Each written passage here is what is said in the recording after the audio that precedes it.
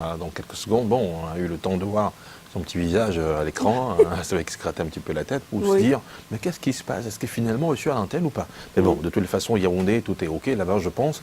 On va dans quelques secondes retrouver Arnaud Gueffard pour la lecture d'une des journaux parus dans la capitale politique. Vous le savez, c'est très important. Tous les jours, à partir de 7h, sur Canal International, au quart de Canal Matin, eh bien, on va un petit peu, à travers cet élément, vous permettre d'avoir la une de tous les journaux parus dans le Cameroun tout entier. Voilà.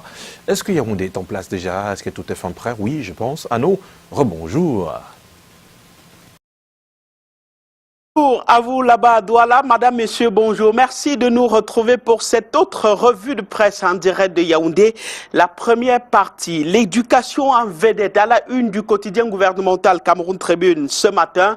Le journal parle de la réhabilitation des écoles dans l'extrême nord et salue la touche du génie militaire. Ce corps de l'armée spécialisée va construire 121 salles de classe neuves, 14 blocs de direction, 28 blocs latrines et 15 forages. C'est en effet la substance de l'accord de collaboration signé hier entre le ministre délégué à la présidence chargé de la Défense et le ministre de l'Éducation de base. Ceci vient ouvrir la série des réalisations qui devraient toucher 2300 salles de classe et 114 forages d'ici 2020 dans les zones d'éducation prioritaire. Le génie militaire bien tenu des mains de maître par le colonel Jackson Kamgen, une fois de plus se dit prêt à assurer cette mission.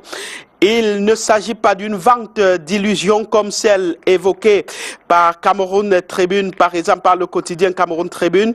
Vous le constatez, ce phénomène d'enrichissement facile. Il y a des placements d'argent qui font rêver des milliers de Camerounais attirés par l'appât du gain facile. De plus en plus des structures spécialisées en ce genre de business s'installent sans autorisation, laissant sur le carreau quelque temps après de nombreux citoyens. La crédulité et du goût de l'argent facile constituent le terreau sur lequel se construisent ces sociétés à écran. Et parmi elles, ces sociétés à écran, le quotidien Émergence a identifié deux, la Mida et Quinet, qu'il nous présente ce matin.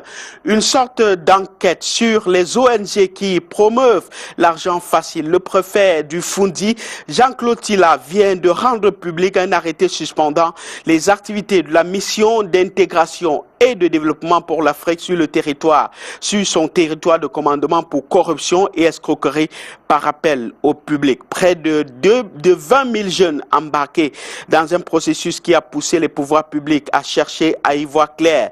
Déjà 2,5 milliards distribués rien qu'en une session. Question, d'où sort tout cet argent et quelle est la vraie contrepartie de cet argent distribué?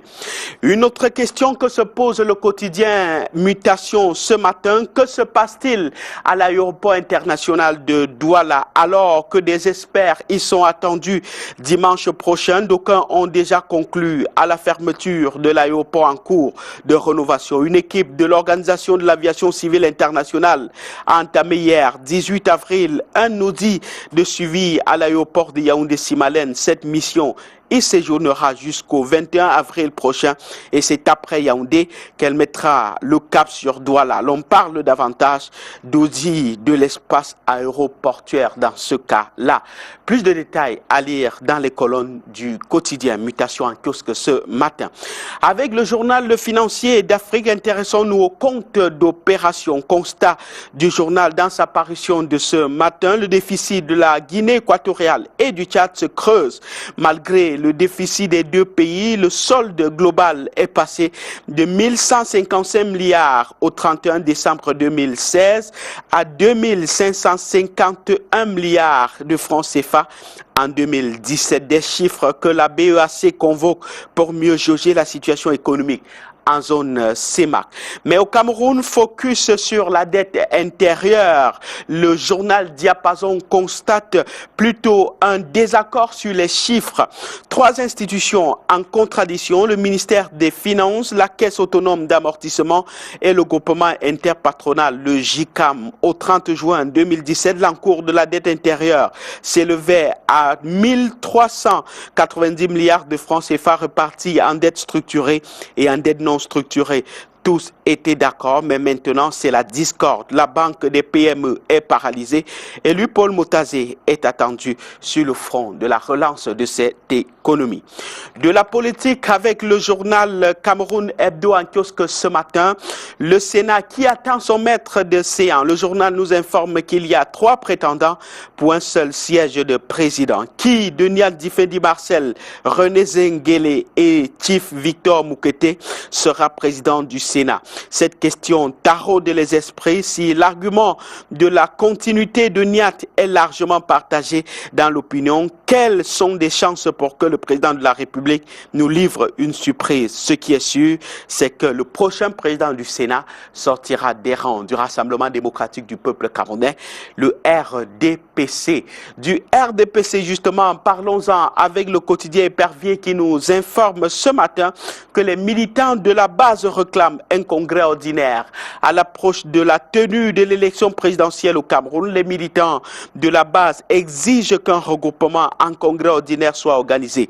Si la victoire du président Paul Biya et son investiture est soutenue dans le sens de la présidentielle prochaine, les militants voudraient bien qu'il se débarrasse de certains de ses collaborateurs, camarades du parti qui n'agissent pas toujours pour le bien du parti des Flammes. Entre-temps, toujours pour la présidentielle prochaine, le journal Sans Détour nous informe que la coalition Kamto, Mouna et Joshua aussi se précisent au sorti de la 2e convention nationale du mouvement pour la renaissance du Cameroun, le MRC, le 15 avril. Son président national reconduit se dit ouvert à l'idée d'une candidature unique de l'opposition et en faveur d'une coalition qu'il appelle de tous ses voeux pour réaliser la volonté d'alternance de la grande majorité des Camerounais. Ce sera pour la présidentielle de 2018, lit-on dans les colonnes Sans Détour. Les Camerounais qui auront bientôt des centaines de logements sociaux disponibles, c'est le fruit du plan d'urgence triennal. Le journal Génération Libre de ce matin parle de 800 logements qui seront bientôt livrés.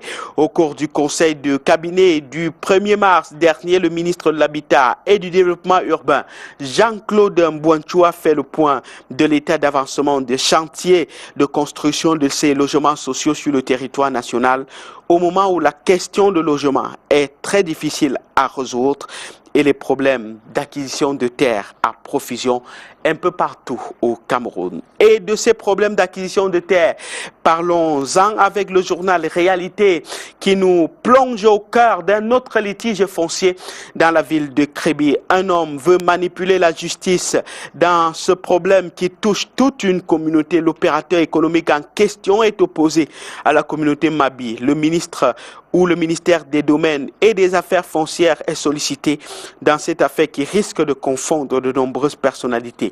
Lit-on dans les colonnes du journal Réalité en kiosque ce matin. Entrons dans le registre des faits de société avec le quotidien d'expression anglaise des Guardian Post que vous retrouverez en kiosque ce matin. Une affaire qui se déroule dans la ville de Douala. La 2e épouse d'un polygame le tue parce qu'il a osé aspirer à un 3e mariage. Une certaine Adama dont la colère et la jalousie se sont mêlées pour régler les comptes de son époux, un chauffeur de profession. La femme a introduit, lit-on, du poison dans la pitance de son mari. La scène se déroule à Douala vendredi dernier. La femme a préféré donc rester veuve que d'avoir une 2e coépouse dans son foyer. Le journal La Veuve, justement, est en kiosque ce matin, focus sur ce décès qui fait problème, celui de Philippe Kouemedjo. Le journal nous informe que la dépouille est scellée depuis 10 mois.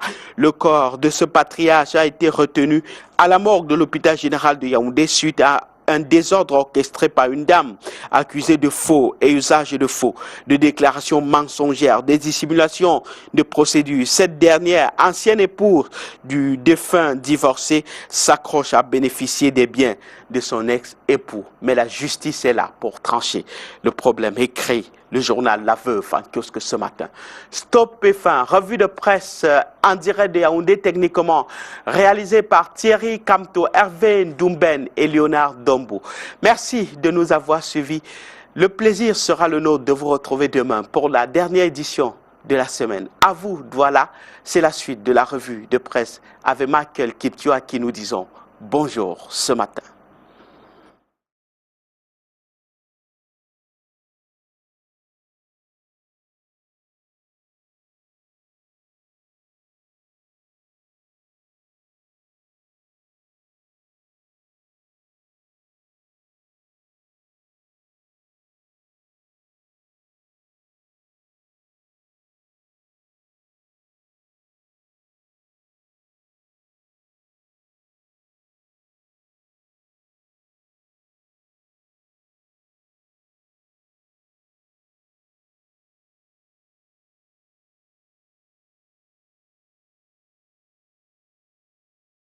D'apurer et la sortie du Social Democratic Front qui ne croit pas au succès de cette opération de Luipol Motazeux, le parti de Ni John Frundi qui dit avoir dénoncé régulièrement depuis 2007 la présence de ces fonctionnaires fictifs dans le fichier de l'État et donc depuis 2007 l'État n'a rien fait pour résoudre cette situation. Le parti de Ni John Frundi à travers le ministre du Shadow cabinet du Social Democratic Front, Jean-Robert Wafo, estime qu'une solution ne peut être trouvée aujourd'hui, tant que le parti a tiré depuis la sonnette d'alarme sur cette masse salariale de l'État, que ce soit lors des questions orales aux membres du gouvernement à l'Assemblée nationale, que dans les prises de position médiatiques de ses représentants. Le parti n'a eu de cesse de marteler, démonstration à l'appui, que les salaires fictifs de l'État constituent l'un des principaux gouffres à sous au niveau du trésor public. Et sur l'opération actuelle lancée par Luipol Motazeux, le SDF estime que procéder à un comptage physique dans les établissements bancaires où des fonctionnaires et agents de l'État sont appelés à s'aligner avec des photocopies et non des originaux des documents comme des bêtes en pâture relève de l'époque de Mathusalem. Et pour ce qui concerne ces énièmes opérations d'assainissement, Jean-Robert Wafo estime que l'État n'est pas sorti de l'auberge. Les gouverneurs actuels, en grande majorité, ont décidément et volontairement choisi de rester dans le trou noir. Au pied de une du journal La Nouvelle Expression, on parle de l'afflux des personnes dans le département de la Ménois et dans la ville de Tchang précisément. Ces personnes qui fuient des exactions des sécessionnistes dans les régions du sud-ouest Cameroun, la ville de Tchang frontalière avec le département du Lébialem dans la région du sud-ouest Cameroun, où des personnes arrivent depuis quelque temps. Au pied de une du quotidien La Nouvelle Expression, le journal revient notamment sur ces nombreuses personnes qui arrivent dans cette ville de Tchang depuis quelque temps et le sous-préfet de la localité qui a donné des consignes pour accueillir et dans des bonnes conditions ces personnes qui affluent depuis quelque temps dans cette zone. Il invite d'une part les populations de la ville de Tchang à faire montre à l'égard de leurs compatriotes partis des régions en crise de valeurs de paix, d'unité, de solidarité et surtout de promouvoir le vivre ensemble. Toutefois, il précise l'autorité administrative, les populations devraient d'autre part rester vigilantes face à ces nouvelles personnes arrivées dans cette localité, dans la ville de Tchang précisément.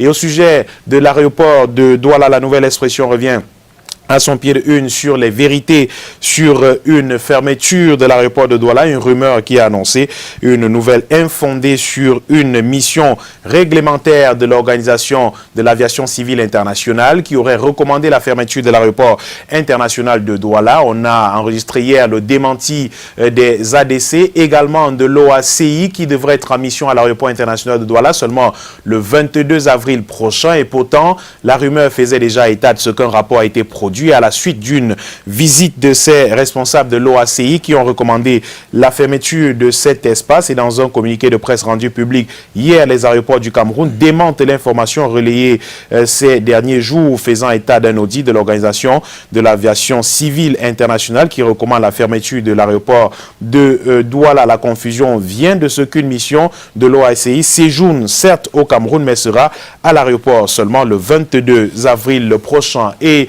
suffisant pour poser cette interrogation à la une du journal Mediafrique 24 qui se demande si on s'achemine vers la fermeture de l'aéroport de Douala. Le hebdomadaire Mediafrique 24 qui revient sur cette rumeur qui a pris court sur les réseaux sociaux et même dans des médias conventionnels depuis la semaine dernière et depuis lundi qui s'amplifie davantage et revient également sur cette sortie des aéroports du Cameroun et de l'OACI qui démente cette rumeur, mais seulement le journal se souvient de ce que l'OACI ou alors des compagnies aériennes, une quinzaine exerçant à l'aéroport international de Douala en février dernier, avait adressé au gouvernement des observations au sujet de l'aéroport international de Douala, ce qui fait craindre justement des observateurs et des usagers, car personne n'a oublié que ces compagnies avaient commis un courrier aux autorités de la République en février pour dénoncer le quotidien de l'aéroport international de Douala. Dans cette correspondance, ceci décrivait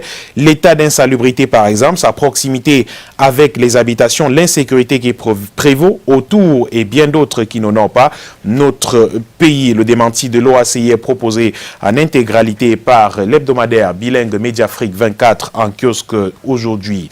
Et Info Matin en parle également. Le journal croit savoir que c'était donc une tentative de sabotage. Le complot contre les aéroports du Cameroun vient donc d'être éventré. Le journal parle de sabotage et une tentative de déstabilisation des aéroports du Cameroun. Aucun rapport n'a été produit par l'OACI jusqu'ici. L'OACI qui devra arriver à l'aéroport le 22 avril prochain. Et prenant l'opinion à témoin, le directeur général de l'ADC s'inscrit également en faux contre les allégations selon lesquelles une partie de 30 milliards de francs CFA, objet d'un prêt non souverain contracté auprès de l'Agence française de développement pour les travaux de mise aux normes de l'aéroport international de Douala, a été distrait. Si la première composante destinée à la réhabilitation des chaussées aéronautique et qui a vu la fermeture de l'infrastructure du 1er au 21 mars 2016 puis du 11 au 18 avril 2017 est entièrement réalisée.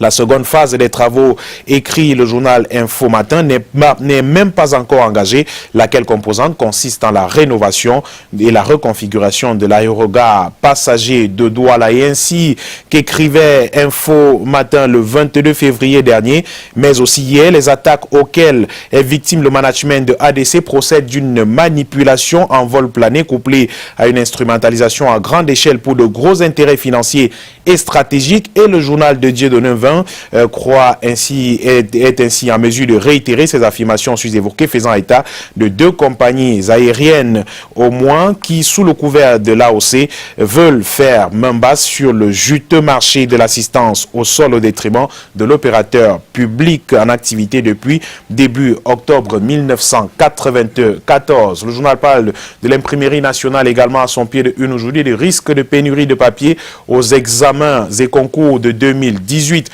au Cameroun. On le sait, des responsables des services centraux et déconcentrés du ministère des enseignements secondaires se sont réunis hier à Yaoundé. Au sorti des travaux, les participants ont élaboré une stratégie adéquate à mesure de relever l'ensemble des défis que peut poser la session 2018. Mais tout risque ne peut être rose dans l'organisation et le déroulement de ces échéances. Au ministère des enseignements secondaires, par exemple, on dit être prêt à 70% dans l'organisation de ces examens de fin d'année, mais au vu des événements qui ont cours au sein de l'imprimerie nationale, véritable fournisseur du papier ces derniers temps, il y a lieu de craindre de désagréables surprises, confie une source au ministère des enseignements secondaires. En effet, on le sait, l'imprimerie nationale du Cameroun, outre les pénuries récurrentes de papier, souffre ces derniers temps de mouvements de grève à répétition. Le climat social y demeure délétère. En 2017, on se souvient, le personnel de l'imprimerie nationale a connu 3 mouvements de grève. Les négociations entreprises par les autorités n'ont visiblement pas abouti à de solutions durables. L'effort camerounais revient sur la 43e assemblée plénière des évêques du Cameroun qui s'est tenue à Yaoundé, et ces évêques du Cameroun, à travers la conférence épiscopale nationale du Cameroun, a pris position sur la crise anglophone, crise sociopolitique dans les régions du nord-ouest et du sud-ouest du Cameroun, l'appel des évêques du Cameroun pour la fin des violences. Il continue de proposer le dialogue, toujours le dialogue pour sortir de cette crise, le dialogue et la paix dont recommandé les évêques pour une analyse approfondie également des causes de cette crise anglophone qui perdure depuis quelque temps, et le journal L'Effort camerounais qui propose aujourd'hui les discours d'ouverture et de fermeture de cette 43e assemblée plénière de la conférence épiscopale nationale du Cameroun, discours prononcé bien sûr par Monseigneur Samuel Klida, archevêque de Douala et président de la conférence épiscopale nationale du Cameroun, a lu également dans le journal de ce jeudi le communiqué final de la conférence épiscopale nationale du Cameroun par Monseigneur Benoît Kala, secrétaire général de la conférence épiscopale nationale du Cameroun.